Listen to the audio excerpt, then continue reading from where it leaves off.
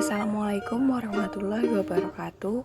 Kami dari kelompok 1. Perkenalkan, nama saya Umi Sekarwangi dan dua rekan saya, Maulia Mutmainah Karenina dan Husnaini.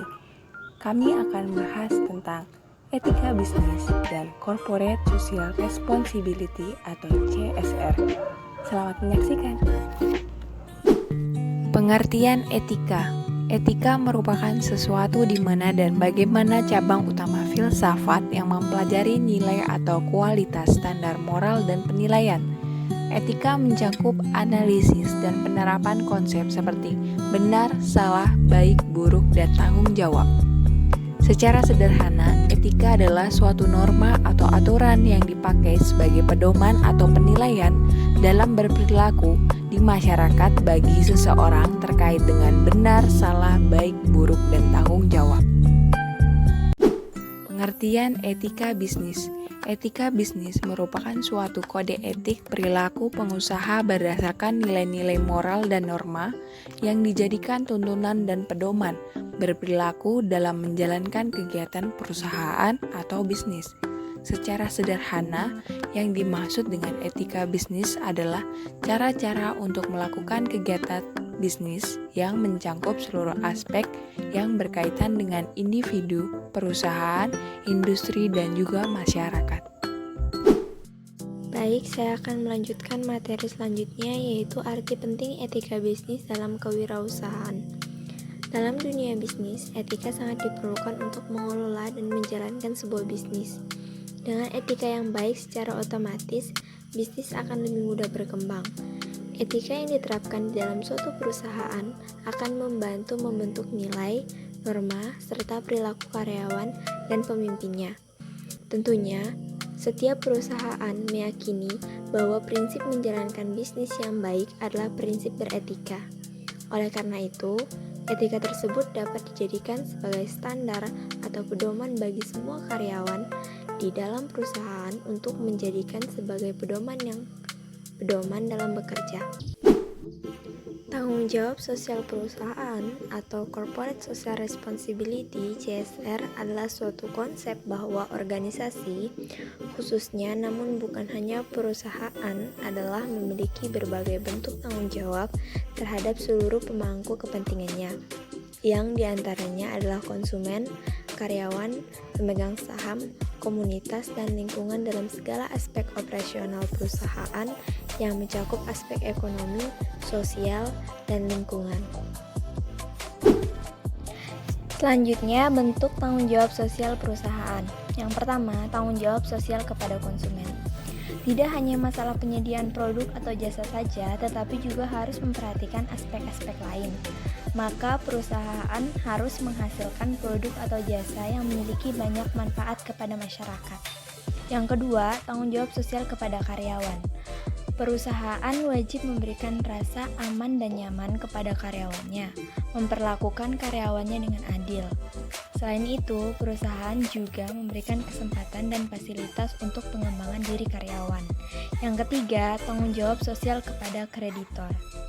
Misalnya pada saat perusahaan harus menyelesaikan kewajibannya atau utangnya, namun ia sedang memiliki masalah keuangan, maka perusahaan wajib memberitahukan kepada kreditor. Yang keempat, tanggung jawab sosial kepada pemegang saham. Perusahaan juga bertanggung jawab kepada pemegang saham, sehingga dalam operasionalnya, perusahaan juga harus memastikan keputusan yang diambil juga untuk kepentingan pemegang saham. Yang kelima, tanggung jawab sosial kepada lingkungan. Tanggung jawab ini berkaitan dengan lingkungan, misal dengan tidak membuang limbah sembarangan, mencegah polusi di sekitar tempat usaha, mencegah penggunaan bahan berbahaya. Jadi perusahaan diharapkan ramah terhadap lingkungan. Yang keenam, tanggung jawab sosial kepada komunitas.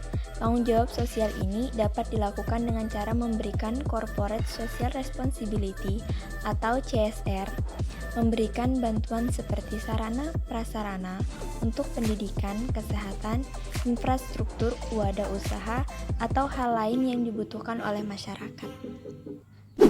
Perkembangan CSR di Indonesia. Piramida CSR yang dikembangkan R.C. Becquerel harus difahami sebagai satu kesatuan Sebab CSR merupakan kepedulian perusahaan yang didasari 3 prinsip dasar yang dikenali dengan istilah triple bottom lines, yaitu profit, people, dan planet atau 3P. Yang pertama, profit. Perusahaan tetap harus berorientasi untuk mencari keuntungan ekonomi yang memungkinkan untuk terus beroperasi dan berkembang. Yang kedua, people. Perusahaan harus memiliki kepedulian terhadap kesejahteraan manusia.